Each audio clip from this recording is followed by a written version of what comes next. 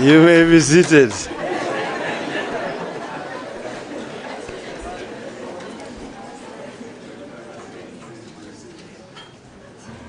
To the Konrad Adenauer Foundation, distinguished guests, ladies and gentlemen, hamjambo. Hamjambo tena.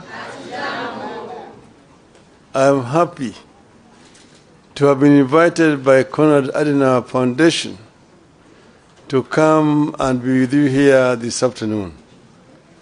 Dankeschön. That means thank you very much. And I mean, my brother has talked so elaborately about so many things. At some stage, he was talking about desperation in our country, how Kenyans are dying because of lack of food and so on. Then I was telling some other people that maybe death is not a very bad thing. Shakespeare said in Julius Caesar that some cowards die so many times before their death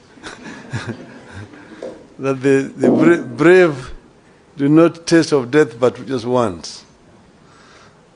And I want to say that death is a necessary evil that will come when it will come, and therefore there's no need to fear death.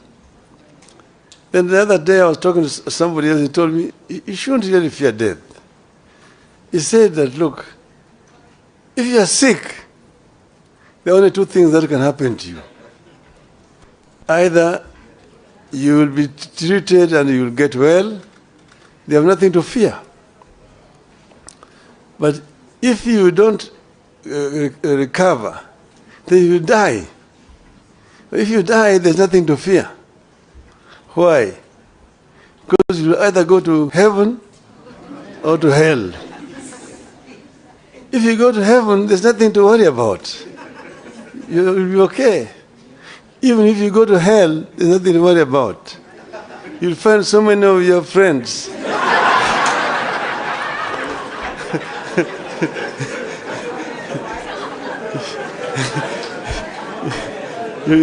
So spend a long time just greeting them. How are you? How have you been here?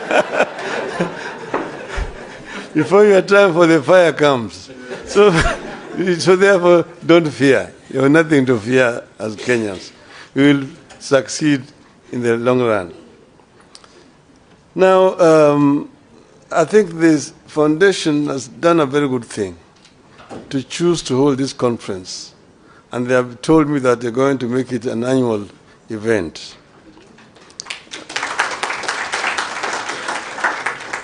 So it is my real pleasure to speak to this distinguished audience at a time the country is undergoing profound challenges with no end in sight.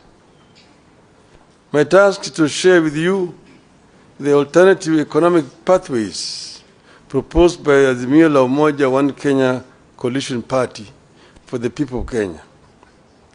I will do that with pleasure.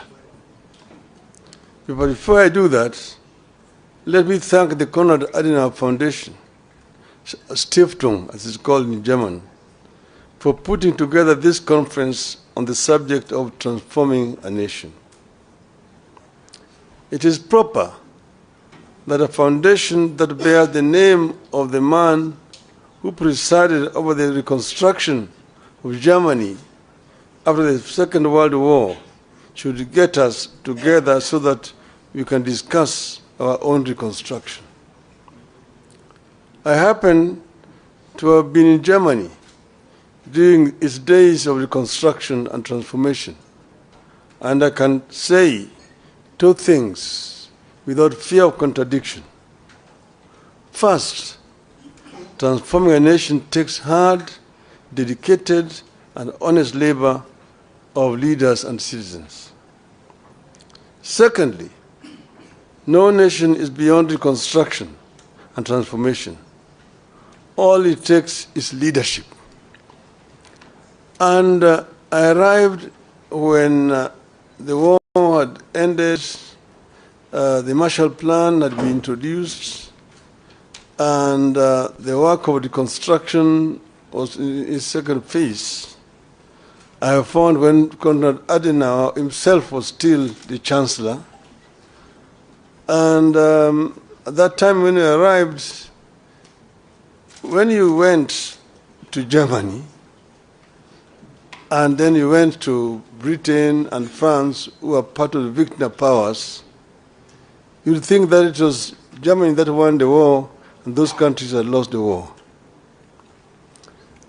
But Germany had been devastated. Most German cities were bombed, some of them nearly to the ground.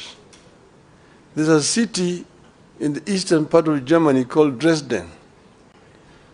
Dresden was razed almost to the ground by the British, basically, at the time when, in fact, the war had ended.